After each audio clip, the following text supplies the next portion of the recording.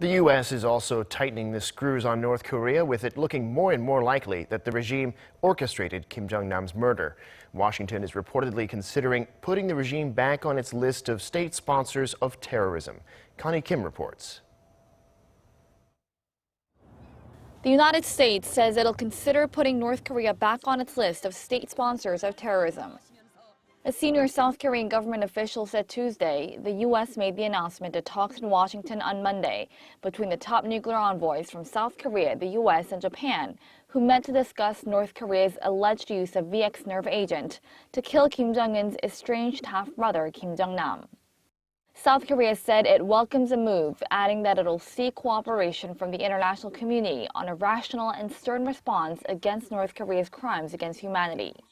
The U.S. removed North Korea from its terror blacklist in 2008 after Pyongyang agreed to disclose information about its nuclear weapons inventory, though it reviews the decision periodically. Putting the North back on the list won't be an easy task because the U.S. would have to prove that North Korea was behind or supported the killing of Kim Jong-nam.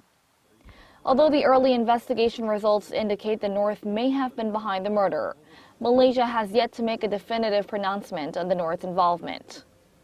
If the U.S. does relist the regime as a state sponsor of terrorism, it'll further limit North Korea's access to assets, further isolate the regime, and diminish any potential for dialogue between Washington and Pyongyang during the Trump administration, which already called off a round of back-channel talks between the two sides that have been scheduled for next month. Connie Kim, Arirang News.